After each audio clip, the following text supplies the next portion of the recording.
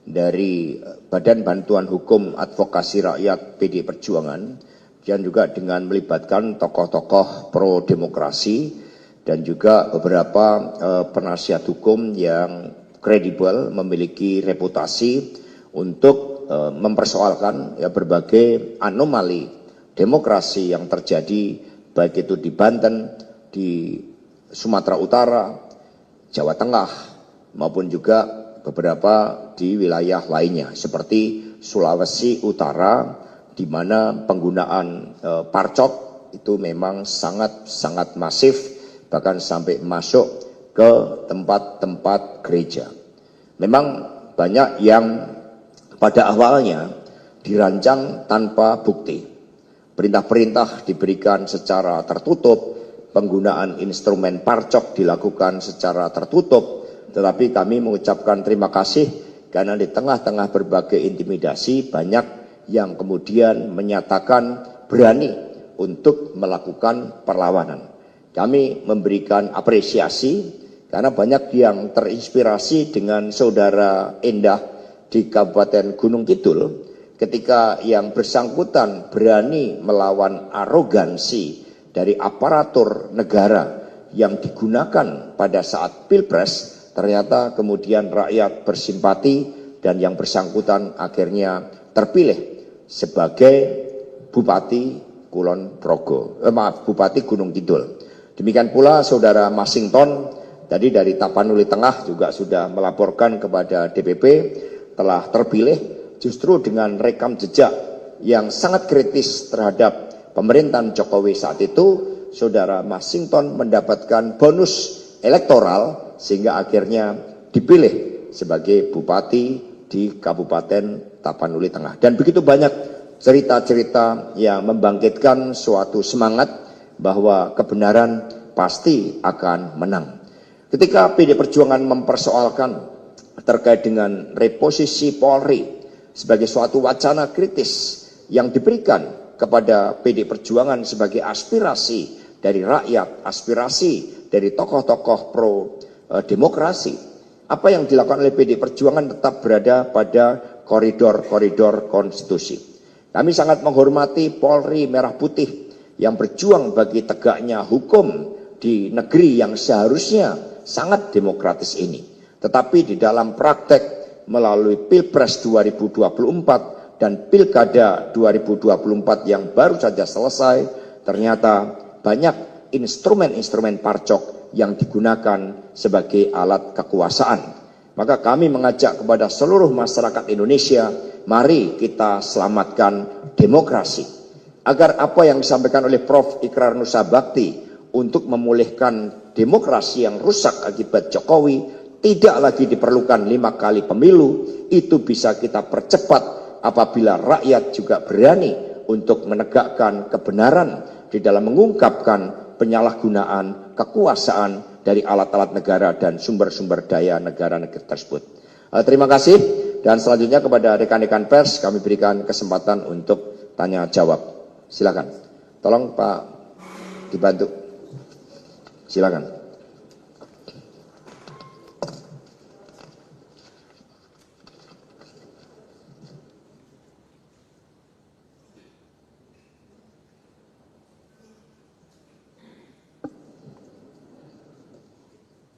Cek. Oke.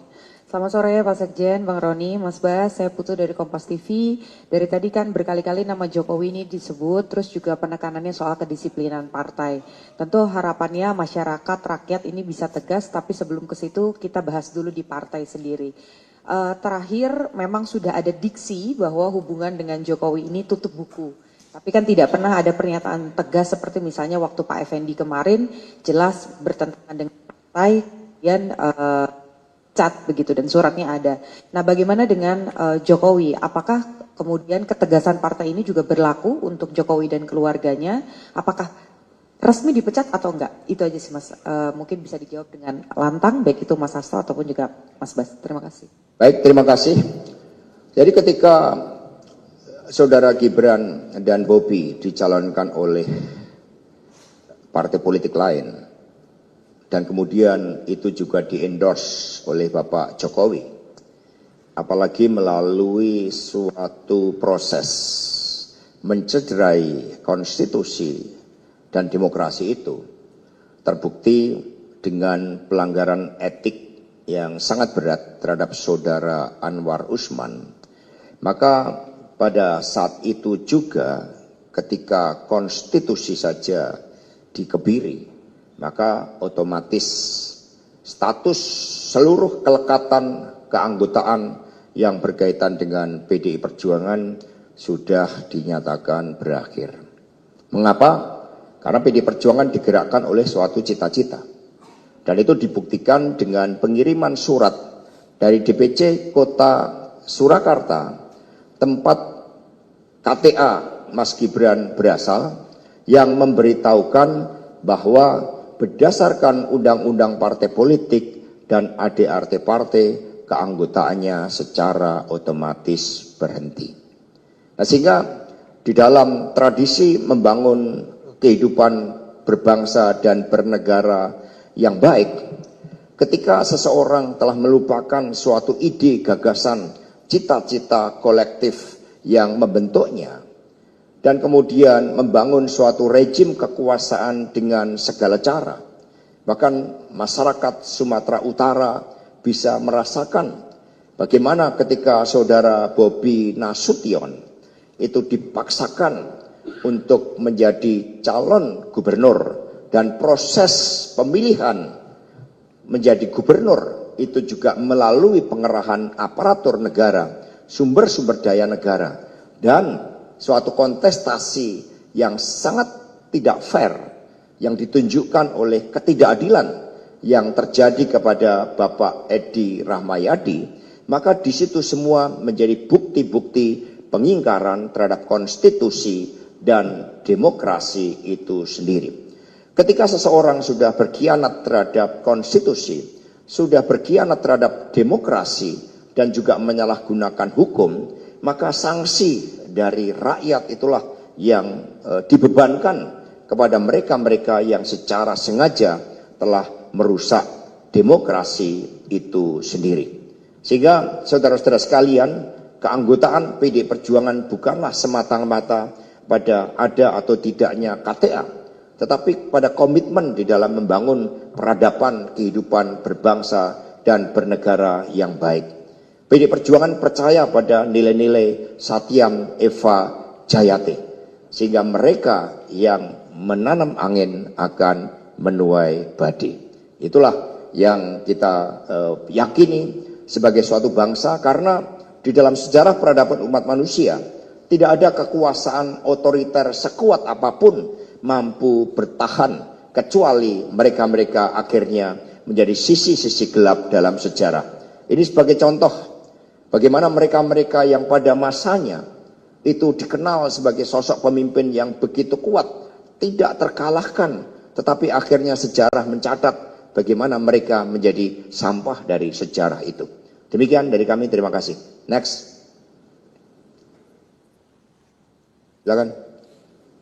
Silakan diatur. Cek. Ya, terima kasih Pak Hasto, Pak Baskara, dan Pak Roni atas penjelasannya. Mungkin sedikit lagi untuk lebih mendalami, izin Pak Hasto, terkait dengan tadi jawaban soal Pak Jokowi tadi. Karena memang ini menjadi satu pertanyaan besar baik untuk rakyat, tentu juga untuk kader dan simpatisan PDIP sendiri sebenarnya. Ketika kemarin Pak Jokowi juga sempat bilang ketika diwawancara bahwa masih menyimpan KTA-nya itu di rumah. Tapi kalau kita ingat dalam dinamikanya PDIP sendiri kan sebenarnya sudah pernah tegas dalam soal Pak Effendi, lalu kemudian Budiman Sujatmiko dan berbagai macam kader PDIP sebelumnya begitu, sehingga memang perlu ditegaskan kembali soal apakah memang KTA itu masih ada di Pak Jokowi dan belum berproses soal surat rekomendasi pemecatan atau seperti apa Pak Hasto. Terima kasih. Baik, terima kasih. Saya tegaskan kembali bahwa Pak Jokowi dan keluarga sudah tidak lagi menjadi bagian dari PDI Perjuangan, karena cita-cita partai yang diperjuangkan sejak pada masa Bung Karno, sejak PNI ketika kita membangun Republik ini sudah tidak lagi sejalan di dalam kebijakan dan praktek-praktek politiknya. Sehingga itulah yang terjadi, dan kemudian kita melihat bagaimana ambisi kekuasaan ternyata juga tidak pernah berhenti. Maka di dalam proses ini yang dilakukan oleh PD Perjuangan, kita tidak akan pernah kehilangan dari gagasan-gagasan ideal bahwa dari seorang rakyat biasa bisa berproses menjadi seorang pemimpin. Semuanya tentu menjadi pelajaran yang sangat berharga, dan kemudian bagaimana rapat kerja nasional yang kelima kami juga telah menyampaikan permintaan maaf kepada rakyat Indonesia tentang seorang pemimpin yang karena kekuasaannya kemudian bisa berubah dan melupakan cita-cita yang membentuknya. Terima kasih. Next. Silakan. Assalamualaikum warahmatullahi wabarakatuh. Izin Pak Hasto, Mas Roni, izin Pak Ahmad Basarah. Saya Adi dari liputan6.com. Ada dua pertanyaan. Yang pertama, tadi Pak Hasto menyebutkan kalau tidak salah ada 27 orang kader yang terancam pemecatan pada hari ini gitu. Artinya dipertegas lagi bahwa dari 27 nama yang disampaikan tadi tidak ada nama Jokowi dan keluarga. Terus yang kedua, terkait dengan gugatan yang akan didaftarkan di Mahkamah Konstitusi, itu nantinya apakah dibundel menjadi satu atau diseplit menjadi beberapa berkas, artinya beberapa daerah gitu didaftarkan menjadi satu, atau ada beberapa daerah yang menjadi concern untuk mengetahui melaporkan adanya kedugaan kecurangan atau keterlibatan partai coklat tadi. Demikian, terima kasih. Gugatan ke Mahkamah Konstitusi nanti akan dilakukan sesuai dengan tingkatan. Ada yang kabupaten kota, kemudian ada yang tingkat provinsi. Ya sejak awal bagaimana di dalam wawancara saya dengan Akbar Faisal, di situ kan ditegaskan bagaimana tekanan yang ditujukan kepada saya agar tidak campur tangan terhadap pilkada di Sumatera Utara, di Jateng, di Jatim, kemudian Jogja, beberapa wilayah Jogja, karena semua sudah diatur dan akhirnya itu kan terbukti terjadi. Nah karena itulah partai terus mengumpulkan bukti-bukti meskipun sejak awal berbagai operasi-operasi khusus dengan melibatkan parcok memang dirancang tanpa bukti. Tetapi yang kami yakini adalah ketika seseorang melakukan suatu tindakan dan tidak mau mengakui tindakan tersebut, maka salah satu solusi yang ditawarkan para psikolog adalah uji kebohongan. Nah itu harusnya para pemimpin negeri ini yang ternyata terbukti secara empiris di lapangan, fakta-fakta di lapangan menjadi penggerak dari parcok, itu sebaiknya juga bersedia menerima tantangan dari para psikolog untuk bersedia mengikuti tes kebohongan, karena ini kaitannya dengan masa depan negeri ini. Bayangkan 6,7 juta jiwa rakyat dikorbankan untuk cita-cita kemerdekaan negeri ini. Kita tidak boleh sia-siakan pengorbanan mereka. Next.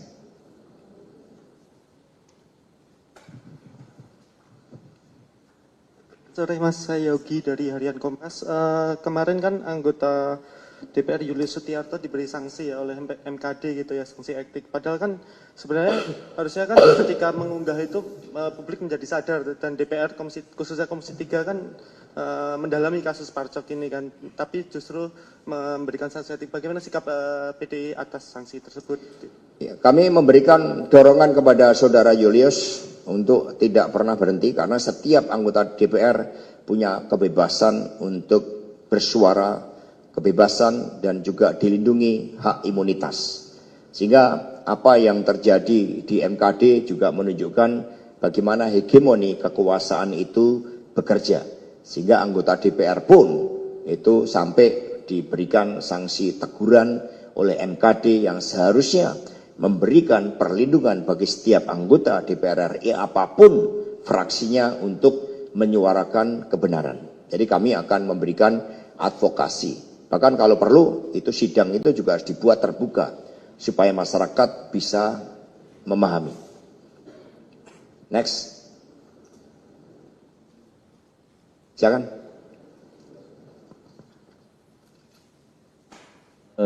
Sore Mas Hasto, saya Eka Yuda dari Tempo. Mas, selain opsi gugatan sengketa di MK, PDIP menyiapkan opsi untuk pansus kecurangan nggak? Karena kan sebelumnya Pilpres juga ada opsi itu ya, cuman di tengah jalan mati gitu. Terima kasih Mas. Teman-teman semuanya, penyalahgunaan aparatur negara untuk tujuan pemilu merupakan bagian dari kejahatan demokrasi. Itu merupakan bagian dari pelanggaran HAM terhadap hak konstitusi warga negara untuk memilih secara bebas, secara berdaulat, secara merdeka. Karena itulah, karena ketentuannya juga berkaitan dengan HAM, hal tersebut tidak mengenal kadaluarsa. Nah, karena itulah saat ini yang kami syukuri kesadaran masyarakat sipil itu semakin kuat, kesadaran rakyat untuk melakukan koreksi itu juga semakin kuat. Itu bisa terlihat misalnya dengan kasus penembakan Gama yang mula-mula mencoba ditutupi dengan memasukkan skenario terjadi tawuran, ternyata masyarakat kemudian bergerak melakukan perlawanan. Terhadap apa yang terjadi di Semarang, partai juga bersikap proaktif akan melakukan advokasi karena tidak ada satupun dari aparatur negara termasuk aparatur kepolisian yang boleh mematikan jiwa rakyatnya sendiri. Karena itulah itu tidak bisa diselesaikan hanya dengan permohonan maaf. Maka pada kesempatan ini kami menghimbau agar seluruh jajaran kepolisian negara Republik Indonesia dapat mengobarkan semangat merah putih di dalam menghadirkan keadilan, ketentraman, dan ketertiban hukum di tengah masyarakat. Terhadap adanya oknum-oknum Polri yang justru melindungi berbagai tindakan-tindakan kriminal, tindakan-tindakan korupsi, termasuk judi online, tambang ilegal, dan berbagai kejahatan-kejahatan keuangan lainnya harus kita hadapi secara bersama-sama sebagai suatu bentuk koreksi dari rakyat dan sekaligus kita memberikan dukungan moral kepada Komisi 3 DPR RI. Next. Cukup? Cukup? Baik, terima kasih rekan-rekan. Nanti hal-hal, satu lagi, silakan. Silakan.